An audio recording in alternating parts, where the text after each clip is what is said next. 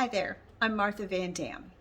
Do you sometimes find that you're trying to communicate with your person, with a partner, or even just a family member, a friend, especially if you're having a conversation where there might be a little disagreement, you might not be coming from the same place?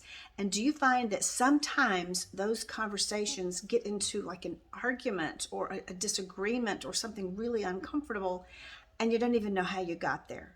And you really don't know how to make progress. You can end up feeling so stuck.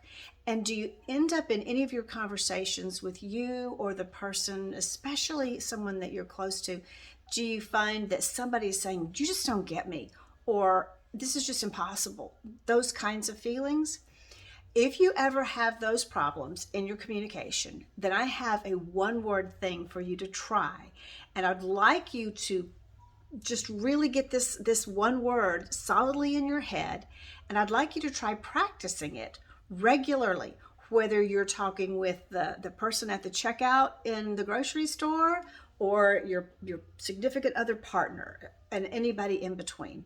And that is the word curious or curiosity.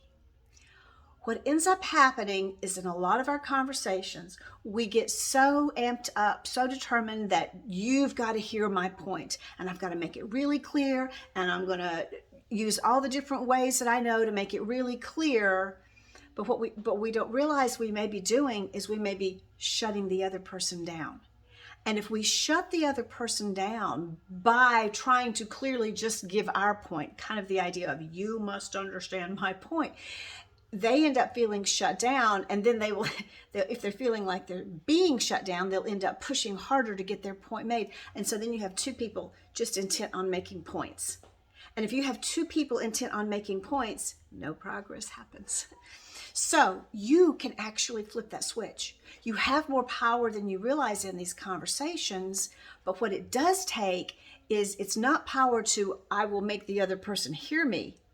It's power to, I will add something intelligent, I will do something intentional, I will do something healthy in this conversation that's going to make a difference in our communication. And that is by you becoming curious about what the other person is having to say, how they came to that idea, what they really believe deeper about that idea.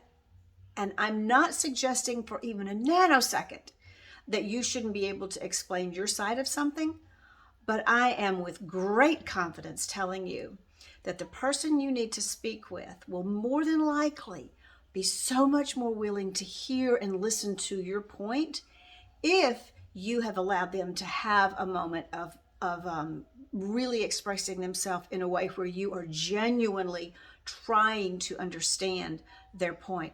How did you get there? How did you arrive at that conclusion? Well, why do you think that will work?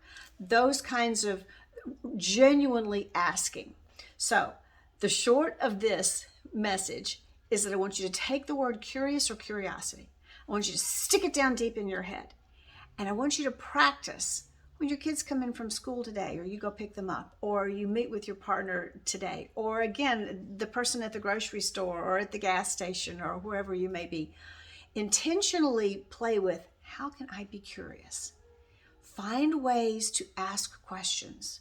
So your spouse tells you something about, I don't know, they're annoyed with something, a bill that's due, or something that didn't get paid, or something that's not working in the car, or something that has to be fixed in the house. It doesn't matter what the topic is.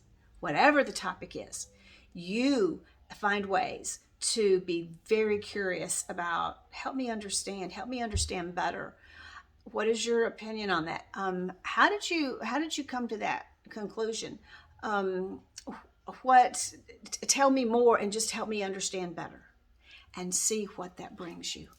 I think you might be surprised, and I'd love it if you'd contact me and let me know how that works for you.